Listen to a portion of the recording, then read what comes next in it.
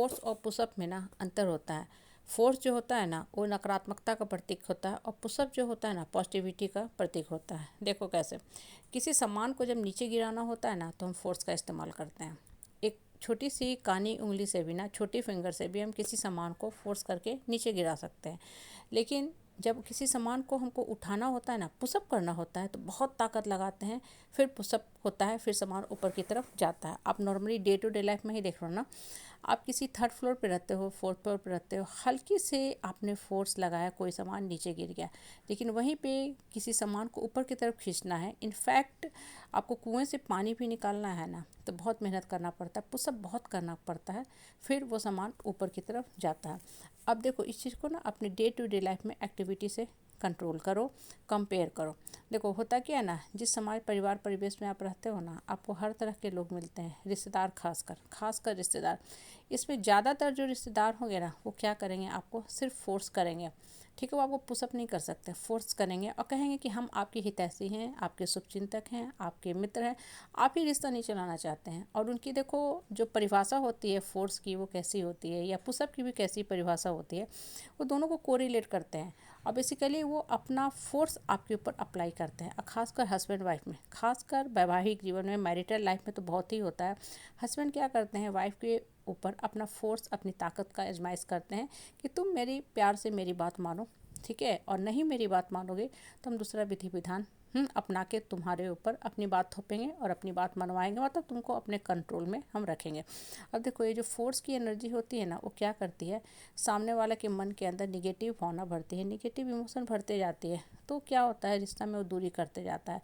Normal किसी भी इंसान को देखोगे ना, दो इंसान बात कर रहे हैं, अगर आप प्यार से बोलते हो कि ठीक है आप अपने मन से जीना चाहते हैं, ठीक है आप जिए, अगर कुछ परिस्थिति आती है, परेशानी आती है, अगर आप गिरते हो तो उस समय हम खड़े रहेंगे, आपको मोटिवेट करेंगे। जीवन का नाम यही है, गिरना उठना, गिरना उठना, ठीक है। तो वो इंसान आपको पुशअप कर रहा बढ़ने के लिए, तो आपके मन में उस इंसान के प्रति श्रद्धा होगा, भावना होगा, फीलिंग होगा, आप मन से जुटोगे।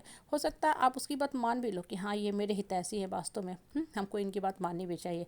लेकिन जो इंसान फोर्स अप्लाई करता है ना कि नहीं, आपको हर स्थिति में मेरी ही बात माननी हो जाएगी, चाहे कुछ भी हो जाए, आपको अपना डिसीजन खुद नहीं लेना है, तो वहाँ पे वो जो फोर्स की एनर्जी होती है ना, क्या करते हैं, निगेटिव रिजल्ट देके जाती है।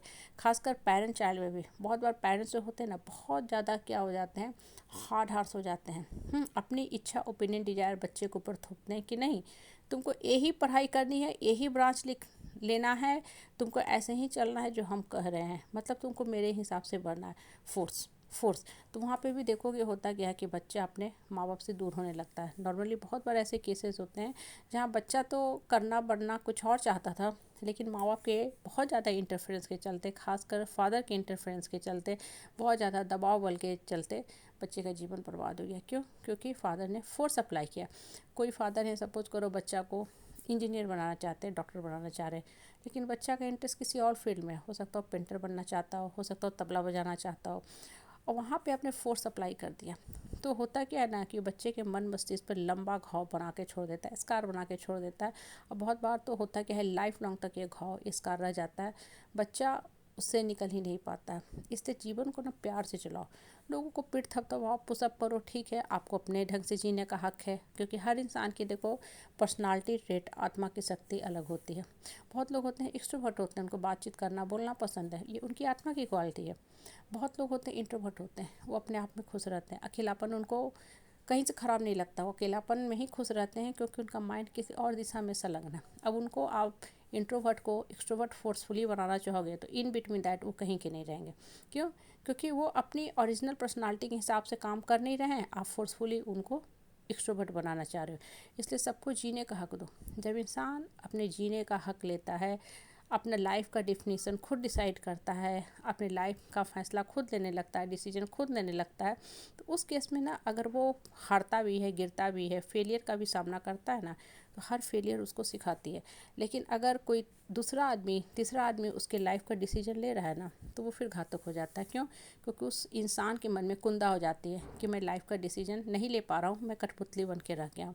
इसलिए दूसरे के ऊपर फोर्स मत अप्लाई करो, दूसरों को पुशअप करो, पीठ थपथपाओ उसको कि ठीक है तुम बढ़ो, आगे बढ़ सकते हो। जीवन में बहुत सारे ऑप्शन है और हर मिस्टेक से इंसान सीखता है। इसलिए जीवन उठने बढ़ने दौड़ने का नाम है।